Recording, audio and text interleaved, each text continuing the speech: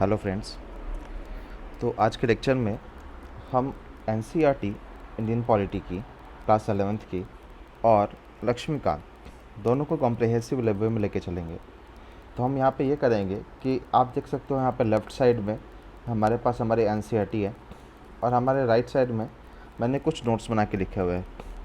तो जो हमारा लेफ़्ट साइड है, इस लेफ़्ट साइड में ये पूरे एनसीईआरटी के चैप्टर्स होंगे। तो आज के दिन में हम पहला चैप्टर ख़त्म करेंगे और उसी के साथ साथ जो एम लक्ष्मीकांत के अंदर जो भी वैल्यू एडिशन की चीज़ें दी हुई है, जो भी अलग चीज़ें दी हैं जो एनसीईआरटी में नहीं है, उसको हम राइट साइड से स्टडी करेंगे। और इस तरीके से हम कॉम्प्रिहेंसिव वे में एनसीईआरटी क्लास 11th और एम लक्ष्मीकांत जो भी उससे रिलेटेड टॉपिक होगा उसको कवर करते हुए आगे बढ़ेंगे।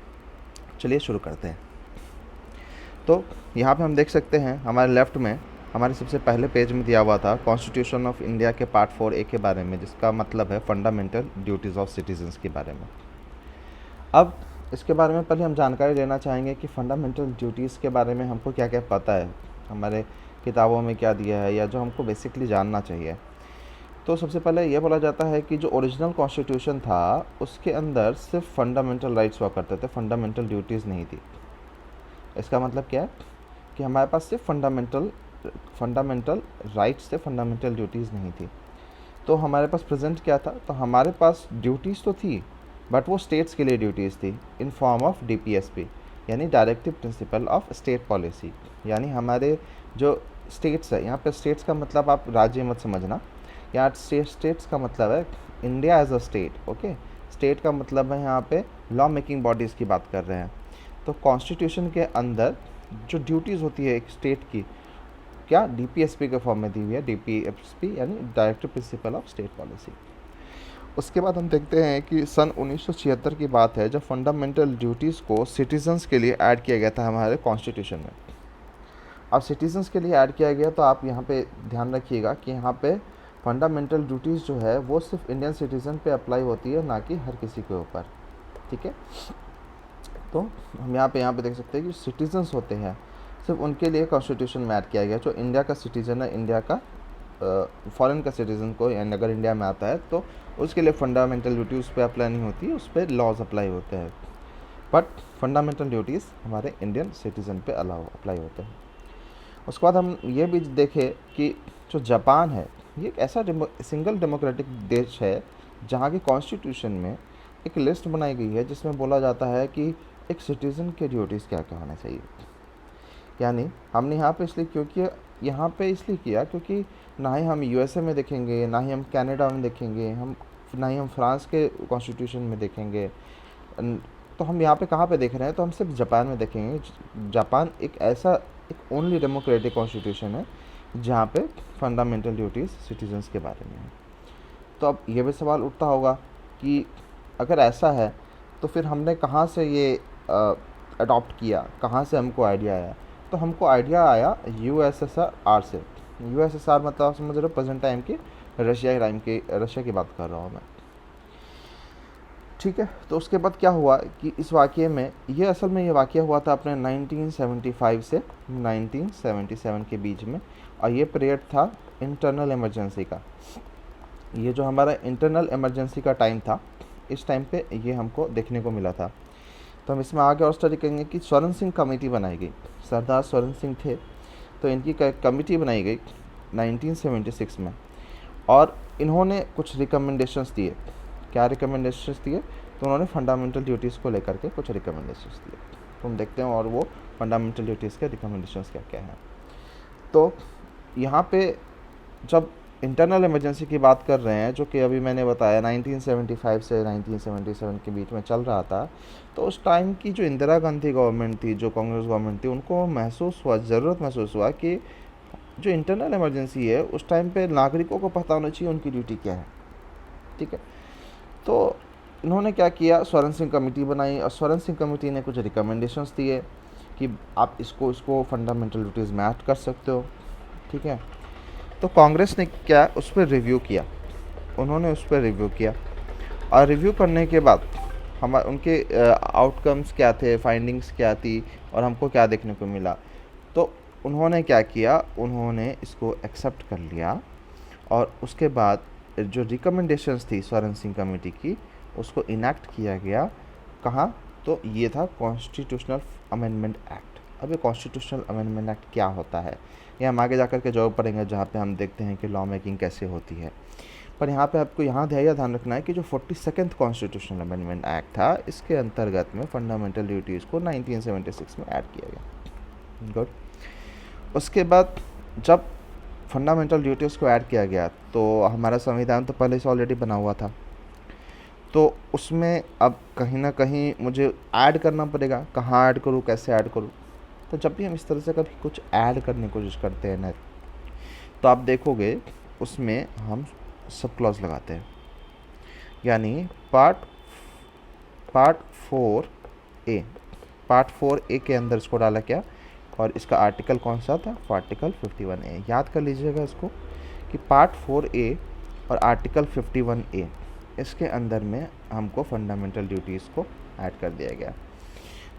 प्राइमरली 8 फंडामेंटल ड्यूटीज़ थे, बाद में 2 फंडामेंटल ड्यूटीज़ को ऐड किए गए, और अभी टोटल उस टाइम फिर टोटल लास्टली 10 फंडामेंटल ड्यूटी हो गए। बट प्रेजेंट कॉन्स्टिट्यूशन में आप देखोगे तो टोटल 11 फंडामेंटल ड्यूटीज़ हमको देखने को मिलते हैं, और वो 11 कौन से हैं वो भी हम देखेंगे। फंडामेंटल ड्यूटीज़ सिर्फ सिटीजन्स के लिए होता है, वो मैंने अभी बताया था कि ये सिर्फ सिटीजन्स के लिए होता है, ये फॉरेनर्स के लिए एक्सटेंड नहीं किया जाता। अगर हम जस्टिसिएबिलिटी की बात करते हैं कि क्या हम इसको कोर्ट में क्वेश्चन कर सकते हैं, तो नहीं, हम कोर्ट में क्वेश्चन नहीं कर सकते हैं। तो हम यहाँ पे रेफरेंस लेते हैं directive principle of state policy का। तो directive principle of state policy भी जो नॉन जस्टिसिएबल है, इसीलिए हमारा फंडामेंटल ड्यूटीज़ और directive principle of state policy, ये दोनों के दोनों क्या हो जाते हैं? Not justiciable. ठीक है, दोनों को ही हम कोर्ट में क्वेश्चन नहीं कर सकते। अब यहाँ पे एक और बात हम देखते हैं कि अगर मान लो हमारे फंडामेंटल ड्यूटीज़ है और मैंने उसको नहीं फॉलो किया, मैंने क्या कर दिया? उसको वायलेट कर दिया। अब अगर मैंने उसको वायलेट कर दिया तो क्या होगा? तो उसको वायलेट कर दिया तो कुछ नहीं होगा, कोई भी लीगल सैंक्शंस मेरे पे नहीं लगाए जाएंगे। हाँ, बनस्पत अगर आगे आप और चीज़ देखोगे कि अगर आप इंडियन फ्लैग का, इंडियन फ्रीडम फाइटर्स का या किसी का इरिस्पेक्ट करते हो तो आपके ऊपर एक्शन नहीं आ जाता है। वैसे केस में आपको सीधा देशद्रोह का भी मुकदमा आपके ऊपर चला जा सकता है। बट यहाँ पे फंडामेंटल ड्यूटी की बात कर रहे हैं, ठीक है? तो फंडामेंटल ड्यूटी को अगर हम वायलेट करते हैं तो हमारे संविधान में ऐसा कोई भी लीगल सैंक्शन इसके ऊपर नहीं बनाया गया है। उसके बाद एक और चीज़ है इसमें, क्या है? जब हमारी पार्लियामेंट है, वो जो है चाहे तो इन्फोर्स कर सकती है कोई भी लेजिस्लेशन।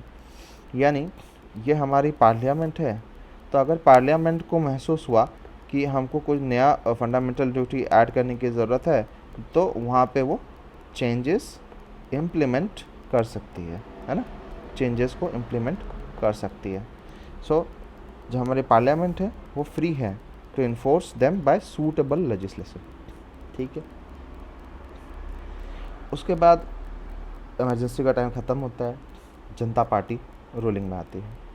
तो हमारी जो नई जनता पार्टी आई थी पार्लियामेंट में, उन्होंने स्ट्रांगली अपोज किया जो फंडामेंटल ड्यूटीज़ है उसके इंक्लूजन को, कि भाई आपने इसको इंक्लूड किया, इसमें कोई ज़रूरत नहीं था। तो अब यहाँ की जो गवर्नमेंट थी, यानी हमारी जनता पार्टी गवर्नमेंट थी, उस टाइम की रूलिंग गवर्नमेंट थी, उन्होंने बोला कि हम बहुत सारे चेंजेस इसमें अंडू करेंगे। ठीक है, फिर उन्होंने क्या किया, मतलब इन्होंने क्या बोला कि ये जो 42nd कॉन्स्टिट्यूशनल अमेंडमेंट एक्ट आया था, जो फंडामेंटल ड्यूटीज़ लाई गई थी, उसमें हमको बहुत सारी चेंजेस को अंडू करना है। ध्यान रखना, अंडू करने की बात कर रहे हैं, या टोटली रिमूव करने की बात हम नहीं कर रहे हैं। हम यहाँ पे अंडू करेंगे, यानी कुछ चीज़ों को हटाएंगे, पूरे के पूरे कुछ फंडामेंटल ड्यूटीज़ को नहीं हटाएंगे। तो उसके बाद अंडू करने की बात की तो क्या हुआ? तो इसके बाद हमको आया यहाँ पे 43rd कॉन्स्टिट्यूशनल अमेंडमेंट एक्ट, यानी हम देख सकते हैं constitutional amendment act of 43rd 1977 में, और फिर 44th कॉन्स्टिट्यूशनल अमेंडमेंट एक्ट आता है 1978 में। यानी 1977 और 1978 ये दोनों टाइम पे हमको एक कॉन्स्टिट्यूशनल अमेंडमेंट एक्ट लाते हैं, और इसमें हम बहुत सारे चेंजेस को अंडू करते हैं। ठीक है, तो एक और बात हमने देखा कि सन 2002 में एक नया ऐड किया जाता है फंडामेंटल ड्यूटी, जो 86th कॉन्स्टिट्यूशनल अमेंडमेंट एक्ट से ऐड किया जाता है। तो आप याद रखना है कि 2002 में कौन सा फंडामेंटल ड्यूटी को ऐड किया गया और कौन से कॉन्स्टिट्यूशनल अमेंडमेंट एक्ट से ऐड गया। तो हमको आंसर रहना चाहिए कि 86th कॉन्स्टिट्यूशनल अमेंडमेंट एक्ट से ऐड किया गया। अब कौन सा ऐड किया गया, तो हम यहाँ पे ये लास्ट वाला देख सकते हैं, ये जो के वाला है, इसको ऐड किया गया था। ठीक है, हम इसको अभी स्टडी करेंगे वापस से लाइन बाय लाइन, तो इसको भी कवर कर लेंगे। अब इसमें और हम आगे अगर लक्ष्मीकांत को पढ़ते तो लक्ष्मीकांत में हमको एक वर्मा कमेटी ऑब्जर्वेशन की बात है, तो ये उतना भी इम्पोर्टेंट नहीं है। प्रीवियस ईयर क्वेश्चन को अगर हम देखें कि वर्मा कमेटी की ऑब्जर्वेशंस क्या थी, क्योंकि यहाँ पे ये हमको एग्ज़ाम में नहीं पूछता है, तो इसलिए आप बस इसको रीड आउट कर सकते हो और अगले टॉपिक पे बढ़ जाओ। आपको इसमें फालतू की पीएचडी करने की कोई ज़रूरत नहीं है। तो चलिए हम चलते हैं फंडामेंटल ड्यूटीज़ के ऊपर। तो यहाँ पे देखिए फंडामेंटल ड्यूटीज़, अब क्या है, पहला फंडामेंटल ड्यूटी बोलता है कि हमको हमारे कॉन्स्टिट्यूशन के जो आइडल्स होते हैं, है ना, जैसे आइडल्स हो गए, हमारे इंस्टीट्यूशंस हो गई, है ना, इंस्टीट्यूशन हो गई, नेशनल फ्लैग हो गया, नेशनल फ्लैग हो गया, फिर नेशनल एंथम हो गया, नेशनल एंथम हो गया, हमको इसकी क्या करनी चाहिए, रिस्पेक्ट करनी चाहिए। दूसरा बोलता है कि जो हमारा नेशनल स्ट्रगल हुआ था, हम जानते हैं जो अंग्रेज़ों से लड़ाई की थी, तो नेशनल स्ट्रगल हुआ था, फ्रीडम मूवमेंट्स हुए थे, है ना, हमारे फ्रीडम फाइटर्स थे। तो हमको उनके जो नोबल आइडियाज़ थे, जैसे हमारे जैसे एग्जांपल लेते हैं महात्मा गांधी जी, उनके कुछ नोबल आइडियाज़ थे, है ना, आप देखो कि उसको भी डीपीएसपी में ऐड किया गया था। तो इनके जो नोबल आइडियाज़ थे, उससे इंस्पायर, जिससे नेशन इंस्पायर हो सकता है, उनके स्ट्रगल से, उनके फ्रीडम से, हमको उससे सीख लेनी चाहिए, हमको उसको बढ़ावा देना चाहिए। तो इस तरीके से हम देख सकते हैं कि हमारे दो चीज़ें हो गई कि पहला हो गया कि कॉन्स्टिट्यूशन की रिस्पेक्ट करनी है, जिसमें हम इंस्टीट्यूशन की, आइडल्स की, है ना, और नेशनल फ्लैग की और नेशनल एंथम की बात करते हैं। दूसरे में हम बात करते हैं कि हमारे जो फ्रीडम स्ट्रगल हुआ था, उस टाइम पे जो हमारे नेशनल जो भी हमारे नोबल्स थे, आइडल्स थे, उनको हमको चेरिश करना है, ज़्यादा बढ़ावा देने की कोशिश करनी है। उसके बाद हमको क्या करना है कि जो हमारी संप्रभुता है, जो हमारी सोवरेनिटी है, हमारी जो एकता है और हमारी जो भाईचारा जो, या फिर हम कह सकते हैं इंटीग्रिटी ऑफ इंडिया है, इसको हमको प्रोटेक्ट करना है, हमको इसको सुरक्षित रखना है। ठीक है, ना ही हम धर्म के नाम पे, ना ही हम रिलीजन के नाम पे, ना ही किसी कास्ट के नाम पे, ना ही हम रंग भेद के नाम पे हम एक दूसरे को डिस्क्रिमिनेट कर सकते हैं। हमको सोवरेनिटी, यानी हमारी खुद की सोवरेनिटी को मतलब क्या होता है, एक कहता है ना, India is a sovereign nation. ठीक है, सॉवरेन नेशन, तो सॉवरेन मतलब क्या है कि इंडिया इंडिपेंडेंट है खुद के लॉ बनाने के लिए। ठीक है, कोई देश विदेशी आके हमको नहीं बता सकता कि हमको क्या करना है और नहीं करना है। We are sovereign in nature, our constitution is sovereign in nature. उसके बाद हम बोलते हैं कि to defend the country and render national service when called upon to do so, यानी जब भी रिक्वायर्ड हो, चाहे वो वॉर का टाइम हो, चाहे वो इंटरनल इमरजेंसी का टाइम हो, चाहे वो अभी हम देख सकते हैं महामारी आई थी कोविड की, उस टाइम की बात हो, तो जब भी आपको ज़रूरत पड़े, तो अगर आपकी ज़रूरत पड़े तो आपको देश के लिए आगे बढ़ना है और आगे जाके अपनी हिस्सेदारी उसमें देनी है। ठीक है, तो आप ये चीज़ देख सकते हो। उसके बाद हम क्या करते हैं, चलते हैं अगले पॉइंट पे। तो ये बात हो गया कि हम ये चीज़ देख लेंगे। उसके बाद हम बात करेंगे कि जो हमारी हारमनी है, ठीक है, हारमनी है, और जो हमारे भाईचारे की भावना है, ठीक है, इंडियन पीपल में, उसको हमको बना के रखना है, प्रमोट करना है। किस किस चीज़ों में करने के लिए बोल रहा है, तो यहाँ बोलता है कि देखो हमारे रिलीजन है, ठीक है, हमारे रिलीजन हो गई, हमारे लिंग्विस्टिक डिफरेंसेस हो गई, है ना, हमारे देश में बहुत बहुत तरीके से हम देख सकते हैं, हर 1 किलोमीटर पे हमारे देश में भाषाएं बदल जाती है। रिलीजन विभिन्न विभिन्न प्रकार के आपको देखने को मिलेंगे। उसके बाद हम बात करते हैं तो हम सेक्शनल डाइवर्सिटी भी देख सकते हैं, है ना, सेक्शनल डाइवर्सिटी। तो ये जो सेक्शनल डाइवर्सिटी, रीजनल डाइवर्सिटीज़ है, ठीक है, रिसोर्सेज है, और हमारी जो वीमेंस है, क्योंकि पौराणिक समय से हम समझते हैं कि हमारे देश में महिलाओं की किस तरह से इज़्ज़त की जाती थी, किस तरह से उनकी रिस्पेक्ट की जाती थी। तो उस चीज़ को अभी हम बोल रहे हैं कि हमको प्रमोट करना और बढ़ावा देना है, ना कि हमको उसको गिराने की कोशिश करनी है। ठीक है,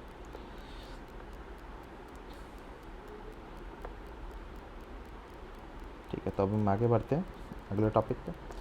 फिर ये अगला क्या बोलता है कि जो हमारे देश की हेरिटेज है और कंपोजिट कल्चर्स है, उसको हमको क्या करना है, प्रिजर्व करके रखना है। जैसे हमारे पास लाल किला हो गया, हम यहाँ पे बहुत सारे मॉन्यूमेंट्स देख सकते हैं, जैसे एलोरा की गुफाएं हो गई, अजंता की गुफाएं हो गई, है ना।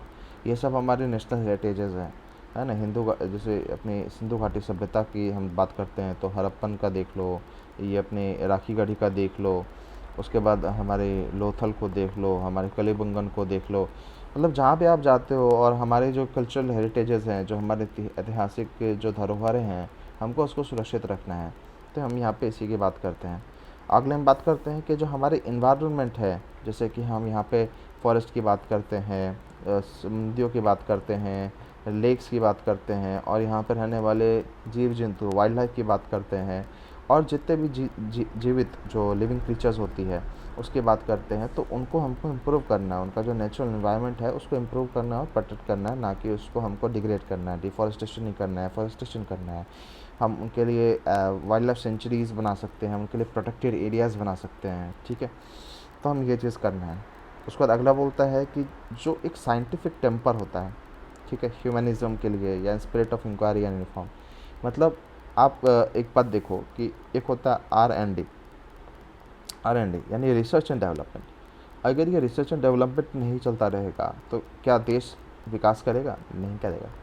देश एज इट इज़ रहेगा, और विथ टाइम वो डाउनग्रेड होगा, ना कि वो अपग्रेड होगा। तो हमारे अंदर एक अगर साइंटिफिक टेम्पर नहीं हुई, अभी आप देख सकते हो, अभी हम क्या है, मोबाइल फ़ोन्स यूज़ करते हैं। पहले हमारे पास कीपैड मोबाइल फ़ोन हुआ करते थे, अब हम स्मार्टफोन यूज़ करते हैं। पहले हम सिर्फ एक मोबाइल फ़ोन यूज़ करते थे जिसमें कुछ बटन्स होते थे। तो विद टाइम देखो हमने डेवलपमेंट किया। अगर हम ये जो साइंटिफिक टेम्पर की भावना अपने अंदर नहीं रखेंगे तो हमारा देश कैसे डेवलप करेगा, हमारा देश आगे कैसे बढ़ेगा, है ना। तो ये सब जो बढ़ने की भावना है, ये जो साइंटिफिक टेम्पर की भावना है, ये हमारे अंदर हमेशा बना रहना चाहिए। जो इंसानियत है हमारे अंदर, जो इंसानियत है वो हमेशा होनी चाहिए। ठीक है, और जो हमेशा कुछ नए जानने की और सीखने की और बदलाव लाने की जो भावना होती है, ये भी हमेशा हमारे अंदर होनी चाहिए। अगर ये बदलाव आने की और नई चीज़ को, नई सोच को लाने की अगर भावना हमारे अंदर से निकल गई तो फिर हम डेवलप नहीं कर पाएंगे, हम जैसे हैं वैसे के वैसे ही रह जाएंगे। उसके बाद बोलता है कि जो पब्लिक प्रॉपर्टी है उसको नहीं हार्म करना है, और वायलेंस जितना हो सके उतना रोकना है। अब यहाँ पे कहना क्या चाहता है, तो आप देखोगे यहाँ पे कभी कभी रिलीजन के नाम पे, है ना, या फिर कभी मॉब लिंचिंग भी आपने सुना होगा, मॉब लिंचिंग देखने को मिलता है। इसमें क्या होते हैं कि किसी को एलियन मटेरियल समझ करके 10-20 लोग, 10 to 20 लोग जो हैं उस पर अटैक कर देते हैं और उस इंसान की डेथ हो जाती है। तो आप कितनों पे मुकदमा करोगे, आप कितने लोगों को जेल के पीछे भेजोगे? तो ऐसे केस में हमको यही चीज़ ध्यान रखना है कि हम वायलेंस करें क्यों, हम अंडरस्टैंडिंग क्यों नहीं रख सकते, हम सामाजिक समरसता की भावना अपने अंदर क्यों नहीं रख सकते हैं। हम क्यों ना उस चीज़ को क्लियर रखें, ना कि अपने अंदर मिसकॉन्सेप्शन बनने दें।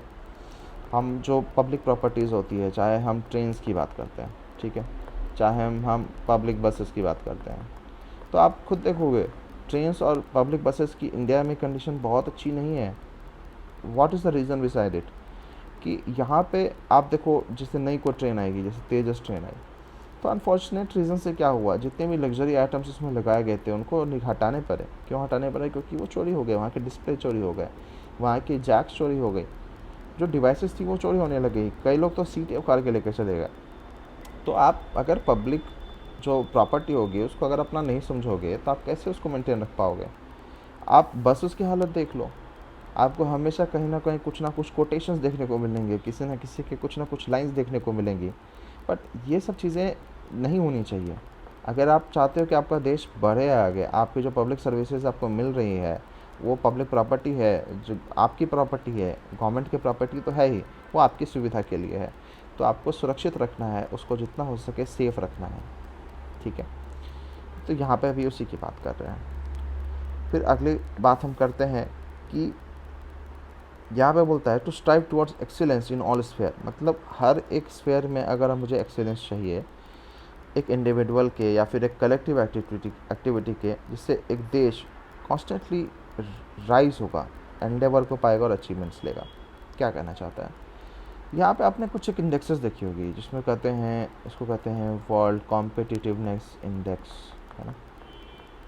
उसके बाद बोलते हैं world innovation index, ease of doing business index, है ना। अगर आप करंट अफेयर पढ़ोगे आप देखिए ease of doing business indexes. ये सब इंडेक्सेस क्यों बनाए जाते हैं? ताकि पूरे विश्व में जितने भी देश हैं उनको कंपेयर किया जाए और एक कंपटीशन की भावना अंदर हो, ताकि हम देख सकें कि हम जितने भी स्पेयर्स प्रेजेंट हैं, चाहे वो हम साइंस एंड टेक की बात कर लें, है ना, चाहे हम एग्रीकल्चर की बात कर लें, चाहे हम इन्वायरमेंट की बात कर लें, हर एक सेक्टर में क्या हम डेवलप कर रहे हैं, किस तरह से पढ़ रहे हैं। तो हम यहाँ पे इसी की हमको यहाँ पे है बात की जाती है। क्या बोला जा रहा है यहाँ पे कि जो एक्सीलेंस है, जो एक एज आप देखो एज ए इंडिविजुअल हो, चाहे एज आप टीम समझो, एक चाहे एक सिंगल पर्सन की बात कर रहे हो, चाहे हम 100 करोड़ लोगों की बात कर रहे हो, तो कोई अंतर नहीं है। यहाँ पे हमारे अंदर जो एक हायर लेवल पे बढ़ने की जो नेशनल कॉन्स्टेंट, मतलब जो कॉन्स्टेंटली राइज करने की जो हमारे भावना होनी चाहिए, एंडेवर होना चाहिए उसको अचीव करने का, वो हमारे अंदर हमेशा वो रहना चाहिए। वो कहते हैं ना, तरक्की पाने की या फिर सफलता पाने की जो भूख होती है वो कभी ख़त्म नहीं होनी चाहिए। तो यहाँ पे कहने की बात, यहाँ पे वैसे ही कुछ कहने की कोशिश की जा रही है। ठीक है, तो हम चलिए अगले पॉइंट पे देखते हैं। तो ये आखिरी पॉइंट है जो हमारे एनसीईआरटी में नहीं दिया हुआ था, उसको मैंने ऐड कर दिया। हम लक्ष्मीकांत में आप कर सकते हो, ये दिया हुआ है। क्या है तो यहाँ बोल रहा है कि जो एजुकेशन है, जो हमारी एजुकेशन है, ये हर एक चाइल्ड को मिलनी चाहिए जिसकी एज 6 से 14 ईयर्स है, यानी 6 से 14 साल की उम्र के जितने भी बच्चे हैं उनको अपॉर्चुनिटी मिलनी चाहिए एजुकेशन लेने की। They should be getting the opportunity to get the quality education. ठीक है, और इसको ऐड किया गया था कब? 86th constitutional amendment act of 2002। इसको आप याद रखिएगा। तो इस तरीके से हमने फंडामेंटल ड्यूटीज़ को देखा। हम आगे बढ़ते हैं और फिर देखते हैं कि हमारे अगले पेज में क्या दिया था एनसीईआरटी। तो हम यहाँ पे देखेंगे कि किस तरह से कॉन्स्टिट्यूशनल डेवलपमेंट होता है इंडिया के अंदर। कॉन्स्टिट्यूशनल डेवलपमेंट की मतलब अगर हम बात करें ना, तो यहाँ पे हम मोटा मोटी हिस्टोरिकल आस्पेक्ट को स्टडी करने वाले हैं कि किस तरह से रेगुलेटिंग एक्ट्स आए। सबसे पहले हमको रेगुलेटिंग एक्ट देखने को मिलेगा, उसके बाद हमको चार्टर एक्ट देखने को मिलेगा, उसके बाद हमको पिट्स इंडिया एक्ट देखने को मिलेगा, फिर गवर्नमेंट ऑफ इंडिया एक्ट देखने को मिलेगा। ठीक है, तो ये सारे एक्ट जो हमको देखने को मिलने वाले हैं, हम यहाँ पे उसी की स्टडी करने वाले हैं। चलिए ज़्यादा टाइम नहीं वेस्ट करते हैं, स्टार्ट करते हैं। तो यहाँ पे बात की जा रही है कि जो हमारा कॉन्स्टिट्यूशन है, ठीक है, ये कह सकते हैं कि वो हाईली इन्फ्लुएंस्ड है, वो बहुत ही ज़्यादा हाईली इन्फ्लुएंस्ड है। किससे? ऐसा नहीं है कि हमारे कॉन्स्टिट्यूशन मेकर्स ने कुछ नया नहीं सोचा, नहीं, but we can say it was very highly influenced from Government of India Act of 1935। अब आप बोलोगे ये गवर्नमेंट ऑफ इंडिया एक्ट 1935 क्या है? तो ये आगे आने वाले पॉइंट्स में हम पढ़ेंगे, बट आप ये समझ लो कि हमारा जो इंडियन कॉन्स्टिट्यूशन है वो बहुत ज़्यादा इंस्पायर्ड कह सकते हैं, बहुत ज़्यादा इन्फ्लुएंस्ड है गवर्नमेंट ऑफ इंडिया एक्ट 1935 से। ठीक है, तो आप ये कह सकते हो कि जब हम इतिहास को देखते हैं तो हम क्या कह सकते हैं कि जो ब्रिटिश एम्पायर की अथॉरिटी थी, ब्रिटिश एम्पायर की नींव थी, इसको रखने के लिए सबसे पहला चीज़ जो इन्होंने किया वो था ईस्ट इंडिया कंपनी बनाया। ईस्ट इंडिया कंपनी आप कई जगह देखोगे कि हाँ, ईस्ट इंडिया कंपनी एक ट्रेडिंग कंपनी थी जो ट्रेड करने आई थी इंडिया में, और it was a private company. नहीं, it was not a private company. हम नहीं कह सकते it was a private company. क्यों नहीं कह सकते it was a private company? तो आप एक टर्म देखो, यहाँ लिखा हुआ है कि जो इस्टेब्लिशमेंट था ईस्ट इंडिया कंपनी का, देखो क्या लिखा हुआ है, जो ये लाइन पढ़ो आप ठीक से। Establishment of East India company जो था इंग्लैंड में हुआ था, वो एक चार्टर के अंदर हुआ था ब्रिटिश क्वीन एलिजाबेथ के, यानी ब्रिटिश क्वीन एलिजाबेथ ने एक चार्टर के अंतर्गत ईस्ट इंडिया कंपनी को बनाया था। और इसको एक्सक्लूसिव राइट्स दी गई थी कि वो इंडिया में आके ट्रेड करे, बिजनेस करे। तो हम कैसे कह सकते हैं कि East India Company was a private company? No, it was a private company. We can say like it was totally a private company because it was created by a charter of British queen Elizabeth, right? So at the beginning, the company was purely a trading company. Its primarily business was doing only the business. But later what happened? They started putting their legs in political circumstances. तो यहाँ आप देख सकते हैं कि यहाँ की राजनीति में इन्होंने अपना जो पैर रख दिया और यहाँ की राजनीति में खेलना शुरू कर दिया।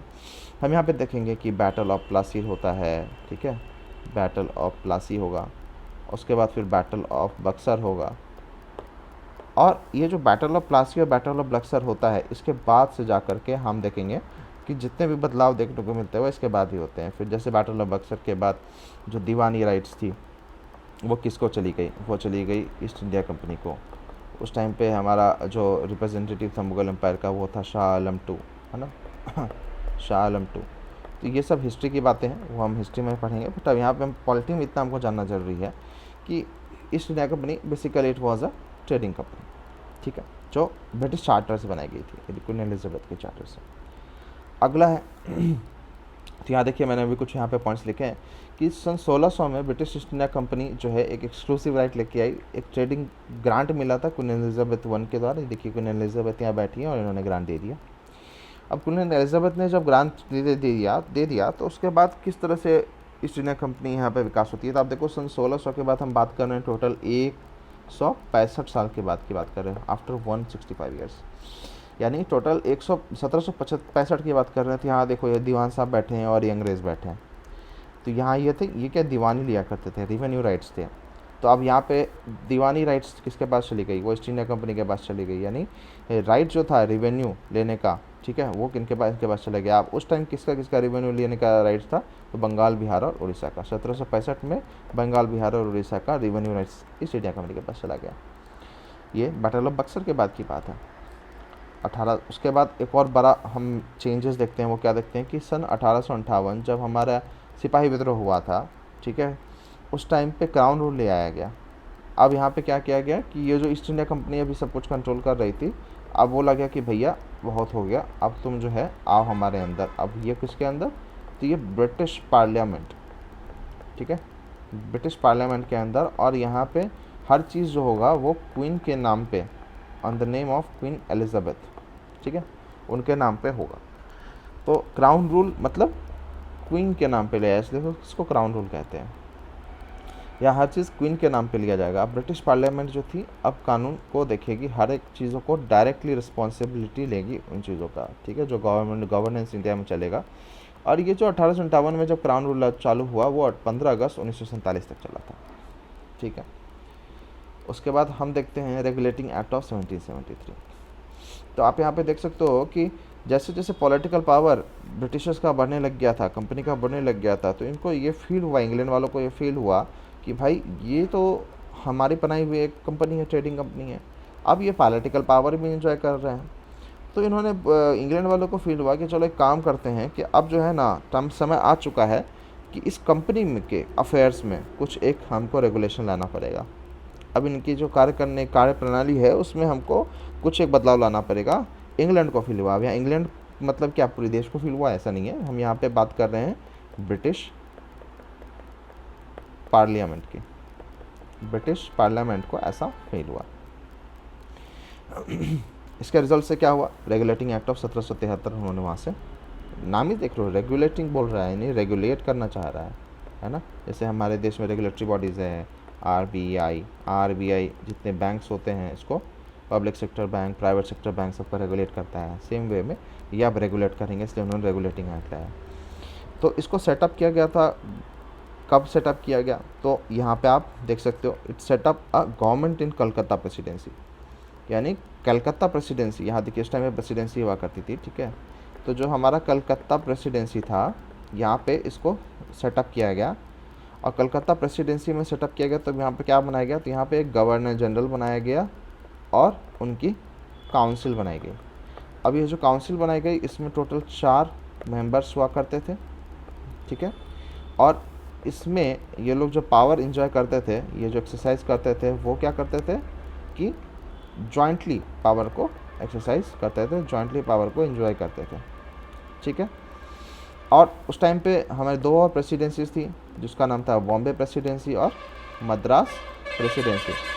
तो बॉम्बे प्रेसिडेंसी और मद्रास प्रेसिडेंसीज को हमने क्या किया कि हमने इसको बोला कि तुम बंगाल के अब अंदर हो गए। यानी कि क्या मतलब हो गया, यानी अब ये जो प्रेसिडेंसीज थी, ठीक है, ये अब कह सकते हैं कि ये सब ऑर्डिनेटेड प्रेसिडेंसीज बन चुकी थी, ठीक है। और इसके बाद इन्होंने क्या बोला, इन्होंने बोला कि हम सुप्रीम कोर्ट बनाएंगे, ठीक है, और सुप्रीम कोर्ट बनाएंगे और सुप्रीम कोर्ट को कुछ पावर्स देंगे, ठीक है। और सुप्रीम कोर्ट को पावर क्या देंगे, तो यहाँ पे बोलेगा जो बंगाल है, हमारा बंगाल है, बिहार है और उड़ीसा है, इन तीनों जगह पे हम इसको जुडिशियल पावर देंगे। जुडिशियल जो कहते हैं ना, जहाँ जहाँ इनकी सीमा रहेगी वो होता है बंगाल, बिहार और उड़ीसा, ठीक है। तो इसको थोड़ा डिटेल में पढ़ते हैं। तो कहा जाता है कि ये सबसे पहला स्टेप था जो ब्रिटिश गवर्नमेंट के द्वारा लिया गया, जिसके द्वारा ये कंट्रोल और रेगुलेट करना चाहते थे जो ईस्ट इंडिया कंपनी के अफेयर्स थी उसको इंडिया के अंदर। इसके लिए उन्होंने एक फाउंडेशन रखा सेंट्रल एडमिनिस्ट्रेशन का इंडिया के अंदर, यानी सेंट्रल एडमिनिस्ट्रेशन यानी एक सिंगल एंटिटी है जो अलग अलग जो इसके सब ब्रांचेस है उसको कंट्रोल करती है। तो यहाँ पे देखते हैं, तो सबसे पहले हमने यहाँ पर स्टडी किया कि गवर्नर जनरल, अब गवर्नर जनरल ऑफ बंगाल हो गया। गवर्नर जनरल तो था ही, गवर्नर था पहले। देखो यहाँ पे पहले क्या होता था, यहाँ पे गवर्नर हुआ करता था, अब यहाँ पे गवर्नर जनरल हो जाएगा। वो गवर्नर क्या हो जाएगा, अब ये हो जाएगा गवर्नर जनरल। तो जो गवर्नर था बंगाल का, अब वो गवर्नर जनरल बंगाल कहलाने लग गया। एग्जीक्यूटिव काउंसिल बनाएगी जिसमें 4 मेंबर्स को ऐड किए गए। इसमें सबसे पहले गवर्नर जनरल जो थे वो कौन थे, लॉर्ड वॉरेन हेस्टिंग्स। तो वॉरेन हेस्टिंग्स को याद रखना कि वॉरेन हेस्टिंग जो था वो कौन था, वॉरेन हेस्टिंग जो था वो पहला गवर्नर जनरल था, किसका, बंगाल का। उसके बाद जो गवर्नमेंट ऑफ बॉम्बे और मद्रास थी, है ना, बॉम्बे और मद्रास, वो क्या हो गई, अब ये सब ऑर्डिनेट्स थी, सब ऑर्डिनेट थी। और सब ऑर्डिनेट किसकी थी, जी सब ऑर्डिनेट थी बंगाल प्रेसिडेंसी की, ठीक है। उसके बाद बोलते हैं कि एक सुप्रीम कोर्ट को इस्टेब्लिश किया गया था कलकत्ता में। तो ये भी सवाल बहुत आगे आता है कि सुप्रीम कोर्ट को कब बनाया गया था, तो 1774 में बनाया गया था, ठीक है। क्योंकि रेगुलेटिंग एक्ट जो था ये कब आया था, 1773 में, और जो सुप्रीम कोर्ट को बना दिया गया वो 1774 में बना दिया गया।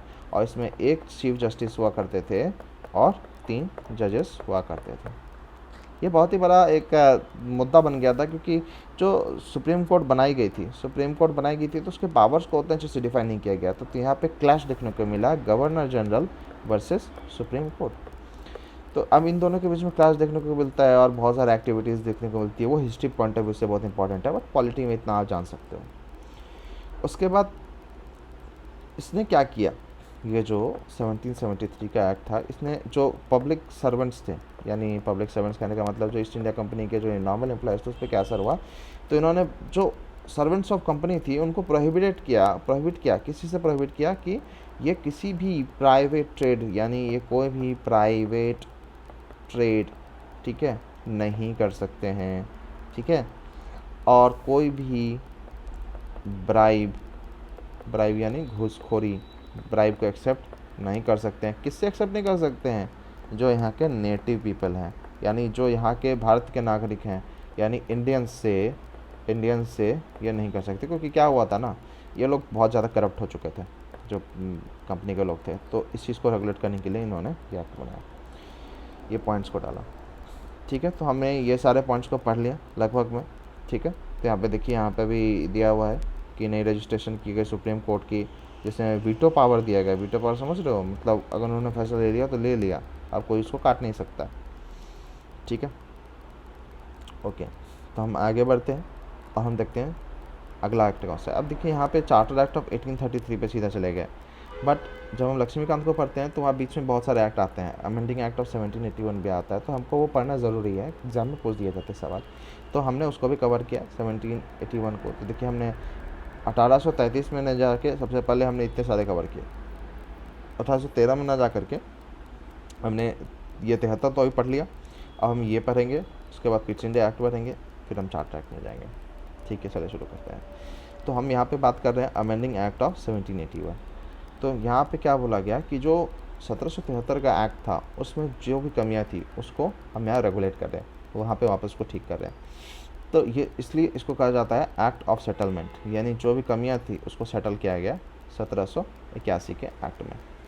तो पहला क्या बोला कि जो गवर्नर जनरल प्लस उनकी जो काउंसिल थी उसको क्या किया गया, एग्जम्प्ट कर दिया गया। किससे? सुप्रीम कोर्ट के जुरिस्डिक्शन से। तो पहले क्या था, ये रहा सुप्रीम कोर्ट, और सुप्रीम कोर्ट के जुरिस्डिक्शन के अंदर ये जो सुप्रीम कोर्ट हो गया, सुप्रीम कोर्ट के जुरिस्डिक्शन के अंदर कौन आता था?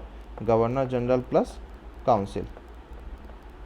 ठीक है, तो अब ये नहीं होगा, सुप्रीम कोर्ट अपनी फैसले ले अलग ले, अब ये एग्जम्प्ट हो चुके हैं, अलग हो चुके हैं, उसके जुरिस्डिक्शन के एरिया के बाहर हैं।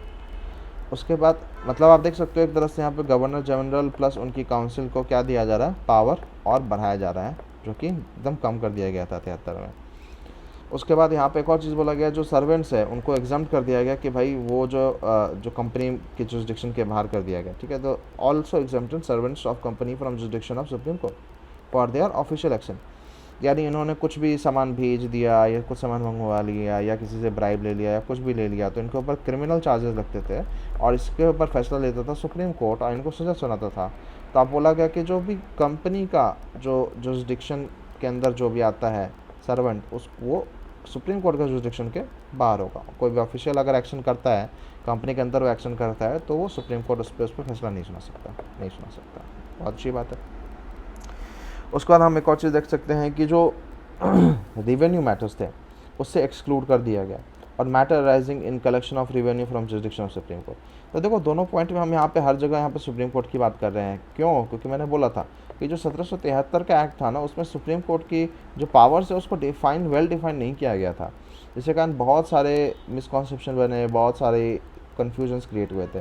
तो ये दोनों के दोनों जो है पहले और दूसरे, इसमें क्या बोल रहा है कि जो रेवेन्यू मैटर में कोई भी चीज़ होगा उसमें फैसला कौन सुप्रीम कोर्ट नहीं सुना सकता, उसके जुरिस्डिक्शन के बाहर है। अगर गवर्नर जनरल और उसकी काउंसिल है उसमें भी सुप्रीम कोर्ट फैसला नहीं ले सकता है। अगर कोई सर्वेंट है कंपनी का और ऑफिशियल काम कर रहा है तो उस पर भी सुप्रीम कोर्ट फैसला नहीं सुना सकता है। ठीक है, उसके बाद बोलता है कि जो हिंदूज थे to be tried according to Hindus law. जब देखो यहाँ पर बात क्या है, according to the Hindu law, मतलब क्या बोल रहा है, जो सुप्रीम कोर्ट है अब वो फैसला सुनाएगी। तो यहाँ पे कौन कहते हैं, मुस्लिम भी थे, ठीक है, और हिंदू भी थे। तो इन्होंने बोला कि जो हिंदू है उसको सिर्फ हिंदू लॉ से सजा सुनाई जाएगी और मुस्लिम को मुस्लिम लॉ से, या फिर इसको हम कहते हैं मोहम्मडन लॉ।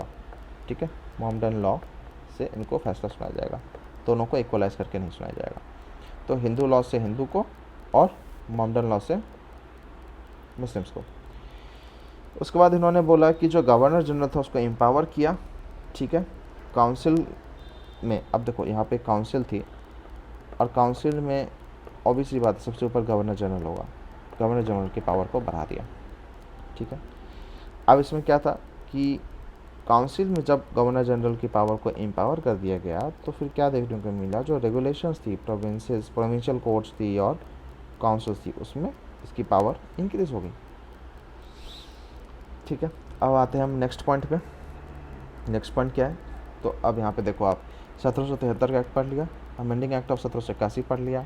ठीक है, तो यहाँ पे हमने 1773 में क्या देखा है, जो भी हमारे फ्लॉज थे, जो भी कमियाँ थी 1773 के एक्ट में उसको क्लैरिटी किया गया, मिसली पावर ऑफ सुप्रीम कोर्ट को क्लियरिफाई किया गया और 1781 का एक्ट लिया गया। ठीक है, अब हम और आगे जाएंगे, वहाँ पे हम देखेंगे 1784 का एक्ट हुआ।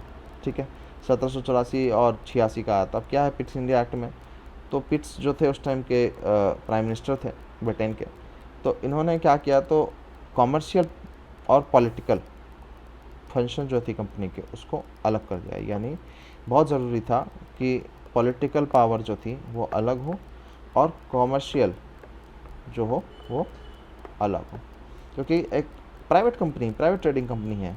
ठीक है, उसके बाद चार्टर एक्ट आता है।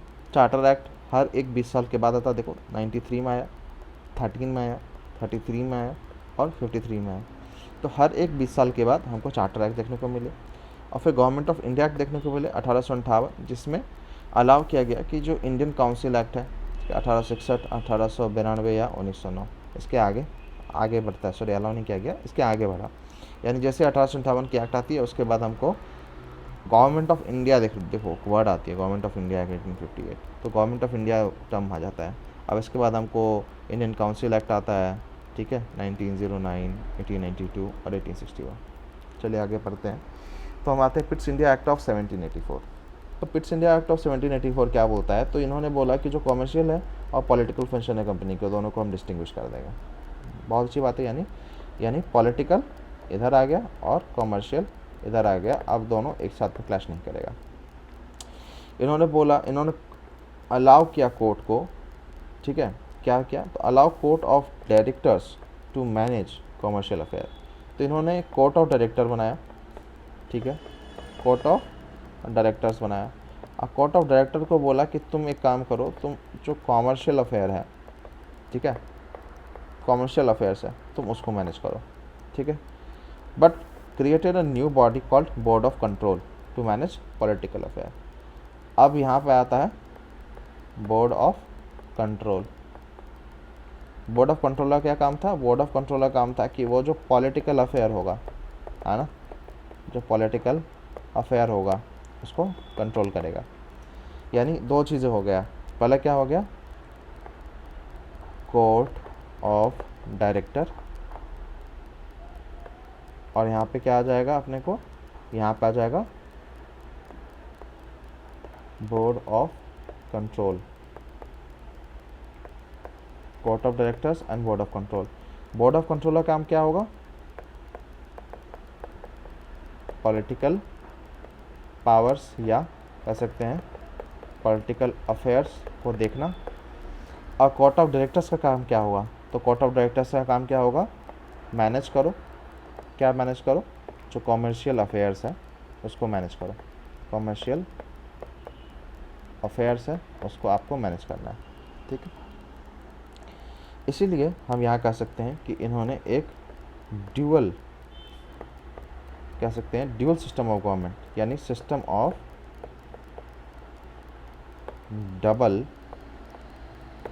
गवर्नमेंट, है ना, डबल गवर्नमेंट हो गया, एक है जो कॉमर्शियल देख रहा है, एक है जो पॉलिटिकल देख रहा है, तो इसी को हम यहाँ पे कर रहे हैं डबल गवर्नमेंट हो गया, एक जो सिर्फ पॉलिटिकल देखेगा, एक है जो सिर्फ कॉमर्शियल देखेगा।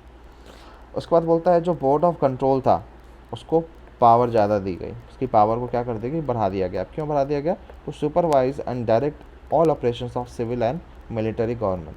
अब यहाँ पे देखो, जब बोर्ड ऑफ कंट्रोल की बात करते हैं तो यहाँ पे क्या आता है, तो बोर्ड ऑफ कंट्रोल आता है यहाँ पे। अब बोर्ड ऑफ कंट्रोल क्या करता था, पॉलिटिकल अफेयर्स को देखता था।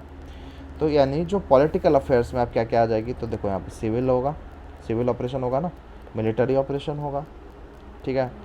तो जो सिविल और मिलिट्री की चीज़ों की बात करते हैं, इसमें डायरेक्ट एक्शन ले सकते थे ये लोग, इसमें इनको ये पावर दे दिया गया, किसको, बोर्ड ऑफ कंट्रोल को पावर दे दिया गया। तो जो ब्रिटिश गवर्नमेंट थी, हम कह सकते हैं जो ब्रिटिश गवर्नमेंट थी उसको सुप्रीम कंट्रोल दे दिया गया ओवर द कंपनीज अफेयर्स। यानी अब देखो, ब्रिटिश गवर्नमेंट ही तो अब यहाँ पे लोग को अपॉइंट कर रही है ना, जो चाहे बोर्ड ऑफ कंट्रोल हो चाहे वो कोर्ट ऑफ डायरेक्टर्स हो, ठीक है। अब आता है एक्ट ऑफ 1786। अब यहाँ पे हमने पढ़ा इट्स इंडिया एक्ट ऑफ 1784, अब 1786। ये 2 साल के बाद ऐसा क्या हो गया जो 2 साल के बाद एक नया एक्ट लाना पड़ा। तो यहाँ पे एक हमारे बड़े ही महान कह सकते हैं कैरेक्टर हैं जो ये हैं, जिनका नाम है लॉर्ड कॉर्नवालिस। इनका एक पॉइंट था कि इन्होंने ये असल में जो इंडिपेंडेंस का वॉर हुआ था अमेरिका में, वो हार गए थे और इनको यहाँ लाया गया था। तो इन्होंने यहीं पे एक छोटा सा मीम है कि I lost the war of independence at America, still here I am your second governor general. यानी हमारे सेकंड गवर्नर जनरल का टाइम आ चुका है, और ये इनका स्वैग था। अब इनका ऐसा क्या स्वैग था जो इसके लिए एक एक्ट लाया गया, तो हाँ, ये जो एक्ट लाया गया था 1786 का, ये सिर्फ कॉर्नवालिस के कारण लाया गया था कि भाई तुम आओ कॉर्नवालिस, ये जो तुम्हारी कंडीशंस हैं हम उसको अप्रूव करते हैं। कंडीशंस क्या थी कॉर्नवालिस की, तो कॉर्नवालिस को अब second governor general of Bengal बनाया गया, और उसकी 2 डिमांड्स थी, 2 डिमांड्स ऑफ कॉर्नवालिस। आप 1776 के एक्ट को आप 2 डिमांड्स ऑफ कॉर्नवालिस भी बोल सकते हो। क्या पहला डिमांड था, तो he should be given power to override the decision of council in special cases. यानी अगर कोई काउंसिल ने कोई एक फ़ैसला लिया तो अगर चाहेगा तो गवर्नर जनरल जो है कोई एक स्पेशल केस में इसको काट सकता है, ओवर पावर कर सकता है डिसीजंस को। और इसने बोला कि देखो मैं लड़ाई लड़के आया हूँ अमेरिका में, तो अब जो है हमको कमांडर इन चीफ भी बना दो यहाँ का, हम कमांडर इन चीफ होंगे, ठीक है। तो यह एक्ट को लागू किया गया, इसका मतलब क्या, उनकी दोनों ही मांगों को एक्सेप्ट कर लिया गया, ठीक है। अब आते हैं चार्टर एक्ट ऑफ 1793। अब जब हमारे कॉर्नवालिस ऑलरेडी पावर में थे, ठीक है, अब देखो 86 93 कितने साल का अंतर हुआ, 7 साल का अंतर हुआ। अब 7 साल इनका एक्टिविटी का हो चुका है, अब ये बदलाव लाएंगे, चार्टर एक्ट लाते हैं। तो चार्टर एक्ट में सबसे पहला पॉइंट इन्होंने क्या लाया है कि इन्होंने जो ओवर राइडिंग पावर्स थी कॉर्नवालिस की, ठीक है, उसको और बढ़ा लिया, मतलब इन्होंने खुद को और शक्तिशाली बना लिया, ठीक है। तो पहला पॉइंट यही है कि जो अपने कॉर्नवालिस साहब थे इन्होंने खुद की पावर को बढ़ा लिया, यानी इन्होंने गवर्नर जनरल की पोस्ट को ज़्यादा पावर और ज़्यादा कंट्रोल दे दिया। फिर उन्होंने क्या किया, जो ट्रेड मोनोपोली थी ईस्ट इंडिया कंपनी की उसको 20 साल के लिए और आगे बढ़ा दिया।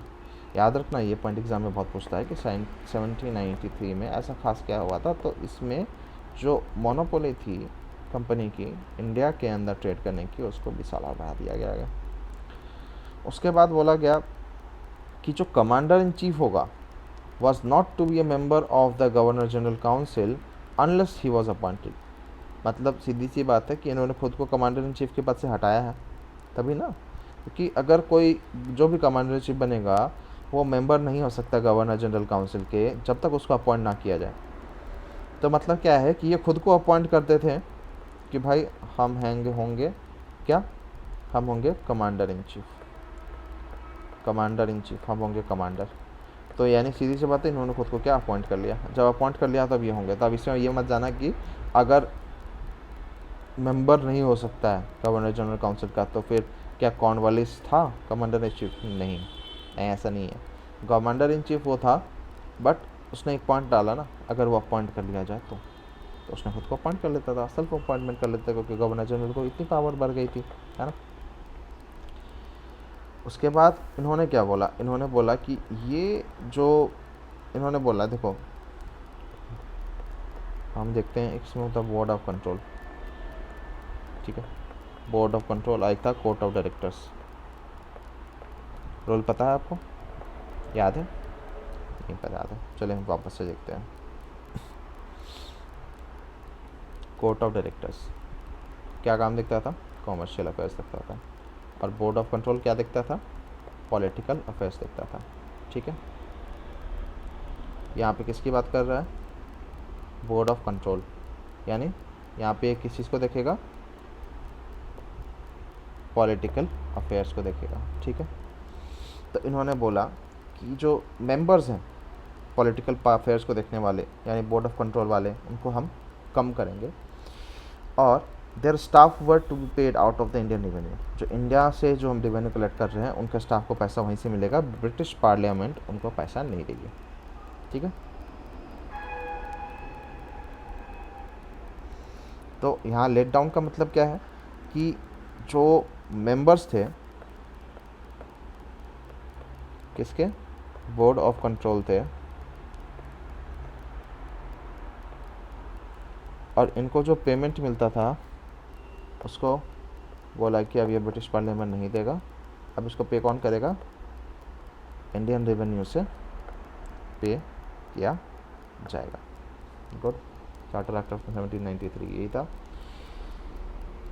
मैक्सिमम पॉइंट्स जो है हमारे एनसीईआरटी की उसको भी मैंने इसमें कवर कर दिया, जो अलग है वो मैं अलग से आपको ज़रूर बता दूंगा, ठीक है।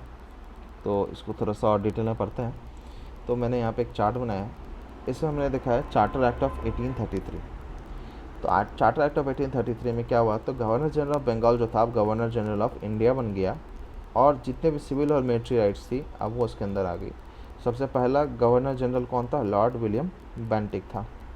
ठीक है, इसका गवर्नर जनरल ऑफ इंडिया, यानी गवर्नर जनरल ऑफ इंडिया की बात करते हैं तो गवर्नर जनरल ऑफ इंडिया का सबसे पहला गवर्नर जनरल ऑफ इंडिया था लॉर्ड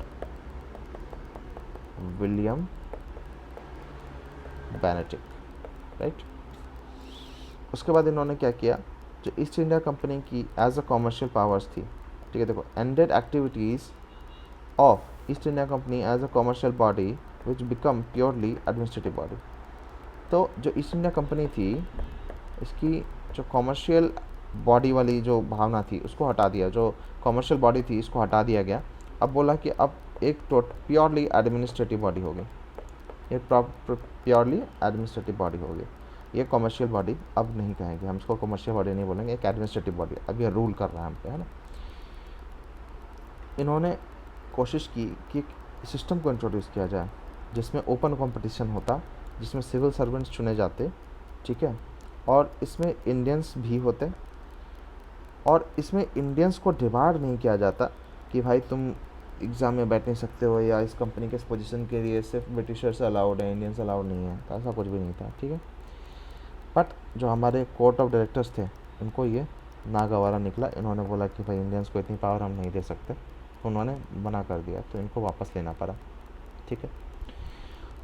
उसके बाद हम एक और चीज़ देखते हैं कि जो गवर्नर ऑफ बॉम्बे और मद्रास थे उनको डिप्राइव कर दिया गया ऑफ देयर लेजिस्लेटिव पावर, और जो लॉज थे जो प्रीवियस एक्ट्स के अंदर बने थे इसको रेगुलेट किया गया, ठीक है। By laws made under this act was called act, यानी कहने का मतलब है जो 1833 के एक्ट के अंदर कोई भी लॉ बना, ठीक है, इसको बोला कि ये एक एक्ट है, ठीक है। बट इससे पहले अगर हम बोलते हैं 1833 के एक्ट से पहले अगर कोई लॉ बना तो उसको हम बोलेंगे it was just a regulation act, ठीक है, ये समझ आ गया।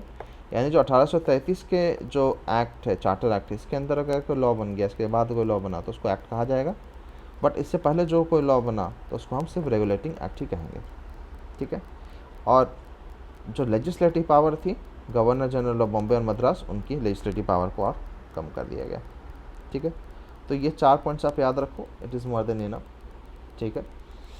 तो हम यहाँ पे ऑलरेडी यहाँ पे ये चीज़ें देख सकते हैं कि चलो आपको एक बार एनसीईआरटी का भी दिखा देता हूँ आर्टिकल, इसमें क्या दिया हुआ है, कुछ चीज़ ऐड कर सकते हैं।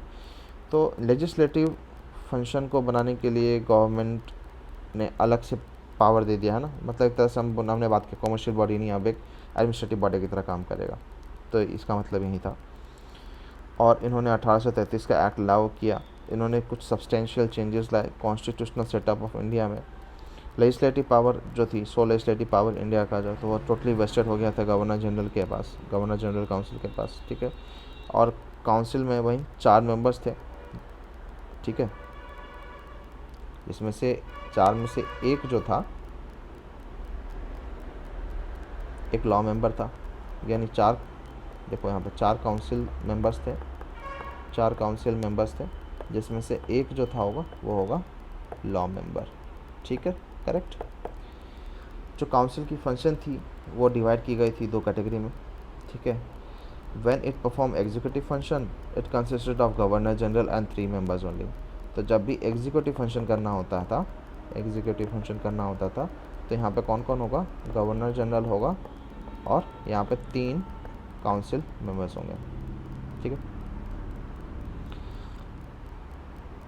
सो यहाँ पे दिया हुआ है कि जब एग्जीक्यूटिव फंक्शन होगा तो उसमें गवर्नर जनरल और 3 मेंबर्स होंगे, बट अगर लेजिस्लेटिव फंक्शन होगा तो उसमें गवर्नर जनरल और 4 मेंबर्स होंगे, ठीक है। अब ये चौथा मेंबर कौन था, हम समझ गए, ये कौन था, एक लॉ मेंबर था। यानी जब भी लेजिस्लेटिव कोई भी काम होगा, है ना, लेजिस्लेटिव कोई भी काम होता था तो उसमें 4 मेंबर होते थे, जिसमें 1 जो एडिशनल लॉ मेंबर होता था वो आ जाता था। बट जब भी कोई एग्जीक्यूटिव काम होता था तो एग्जीक्यूटिव में सिर्फ 3 मेंबर होता था, वो जो एक लॉ मेंबर था उसको लेना ज़रूरी नहीं था। That's it. आगे बढ़ते हैं, 1853 का चार्टर एक्ट की बात करते हैं। तो इसको कहा जाता है कि ये लास्ट चार्टर एक्ट था, ठीक है, और इसको कॉन्स्टिट्यूशनल लैंडमार्क भी कहा जाता है। तो देखते हैं ऐसा क्या हुआ था। तो इसमें 6 नए मेंबर्स को ऐड किया गया था लेजिस्लेटिव काउंसिल्स में, ठीक है। और गवर्नर जनरल काउंसिल हो गई थी उसमें इंडियन कंट्रोल लेजिस्लेटिव काउंसिल, इसको मिनी पार्लियामेंट भी कहा गया, ठीक है। अब क्या है 1853 में, तो इसमें बोला गया जो लेजिस्लेटिव मशीनरी थी, चार्टर एक्ट ऑफ 1853, उसको स्ट्रेंथन करने के लिए एक एक्ट लाया गया और इस एक्ट को फर्दर जो लेजिस्लेटिव मशीनरी है उसमें इम्प्लीमेंट किया गया, एक्सटेंड किया गया। और इस नए एक्ट के अंतर्गत जो गवर्नर जनरल काउंसिल थी, ठीक है, जो कि इट्स लेजिस्लेटिव कैपेसिटी में काम करती थी, है ना, जो गवर्नर जनरल काउंसिल थी जब वो काम करती थी अपने लेजिस्लेटिव कैपेसिटी में, तो इसको इनलार्ज करके उसमें 6 न्यू मेंबर्स को ऐड कर दिया गया था। और ये जो 6 मेंबर्स थे, it was to be an official representative from each of the 4 provinces. हमारे पास 4 प्रोविंसेस है, मद्रास, बॉम्बे, उसके बाद बंगाल और नॉर्थ वेस्टर्न में। तो यहाँ पर 4 प्रोविंसेस हैं। तो ये जो 4 प्रोविंसेस थी, ठीक है, ये जो 6 मेंबर्स थे ऐड किए गए थे, ये जो 6 मेंबर्स थे ये कहाँ से लिए जाएंगे, तो ये 4 प्रोविंसेस से चुने जाते थे। और जो चीफ जस्टिस और जो बाकी जजेस थे सुप्रीम कोर्ट के, ठीक है, उनके भी बात हम कर रहे हैं, वो भी यहाँ इधर से चुने जाते थे। यानी beside the commander in chief was also given the extraordinary membership commander in chief को भी दे दिया गया और लेजिस्लेटिव काउंसिल को भी पावर दे दिया गया। यानी दस the strength of legislative become 12। अब टोटल कितने हो चुके हैं लेजिस्लेटिव काउंसिल, 12 लोग की हो चुकी है। तो हम यहाँ पे यही बात करते थे कि गवर्नर जनरल काउंसिल में अब इंडियन कंट्रोल भी आ गया, इंडियन लोग भी आ गए थे, क्योंकि अब ये कहाँ से चुने जा रहे थे, मद्रास, बॉम्बे और बंगाल और नॉर्थ वेस्टर्न प्रोविंस से चुने गए थे। इसलिए इसको लेजिस्लेटिव काउंसिल को हम मिनी पार्लियामेंट भी कहते हैं, ठीक है। यानी देखो इंडियन पार्टिसिपेशन होने लग गया पार्लियामेंट के अंदर में। तो अब इसमें कुछ और बड़े अच्छे लैंडमार्क चीज़ें हुई थी जो हमारे एनसीईआरटी में नहीं दिए, हम उसको ऐड करेंगे। तो ओपन कंपटीशन जो था ये हमको इस टाइम लागू कर दिया गया था, ठीक है, जिसमें हम सिविल सर्विसेज जो एग्ज़ाम है, सिविल सर्वेंट्स के रिक्रूटमेंट की बात करते हैं, उनका सिलेक्शन सिस्टम बनाया गया था। तो ये मैकुलर कमेटी बनी थी, ठीक है, किस पे बनी थी, तो committee on Indian civil services, और इसका अपॉइंट किया गया था 1854 में। तो मैकुलर कमेटी बनी थी, इसके रिकमेंडेशन पे अपने को ओपन कॉम्पिटिशन स्टार्ट हो गया था। उसके बाद इन्होंने जो कंपनी की जो रूल थी उसको एक्सटेंड किया और अलाउ किया कि वो रिटेन कर सकती है पोजीशन ऑफ इंडिया और territories on trust for British crown के ट्रस्ट पे वो चाहे तो जो इंडियन पोजीशन है टेरिटरीज की उसको रिटेन कर सकती है। Introduce first time local representation in Indian control legislative council of 6 new legislative members of governor general council. बिल्कुल सही बात है कि हम लोकल रिप्रेजेंटेशन की बात कर रहे हैं इंडियंस की, वो सेंटर लेवल पे अब हम इंडियंस भी वहाँ पार्टिसिपेट कर रहे थे एज अ जो 6 नए लेजिस्लेटिव मेंबर्स को ऐड किया गया था गवर्नर जनरल काउंसिल में। और यहाँ पे एक और बात दिया हुआ है, जो 4 मेंबर्स थे उसका अपॉइंट किया जाएगा बाय लोकल गवर्नमेंट। कौन सी लोकल गवर्नमेंट, जो मद्रास, बॉम्बे, बंगाल और आगरा, या फिर हमको आगरा दिया हुआ हमारे एनसीईआरटी में, इसको हम नॉर्थ वेस्टर्न प्रोविंसेस भी कह सकते हैं। तो नॉर्थ वेस्टर्न प्रोविंसेस से जो 4 मेंबर ऐड किए गए थे वो लोकल गवर्नमेंट के द्वारा ऐड किए जाते हैं। अब आते हैं government of India act 1858। Government of India act 1858, और उसके बाद फिर हम आगे देखेंगे 1858 से 1947 के बीच में क्राउन रूल था, उसमें क्या क्या चला, ठीक है। तो लेक्चर थोड़ी लंबी हो रही है तो हम इसमें अभी रुकते हैं और अगले लेक्चर में हम कंटिन्यू करेंगे गवर्नमेंट ऑफ इंडिया एक्ट 1858 और किस तरह से इसमें और आगे चेंजेस हमको देखने को मिलते हैं। चलिए, थैंक यू फॉर वॉचिंग, हम अगले लेक्चर में कंटिन्यू करेंगे।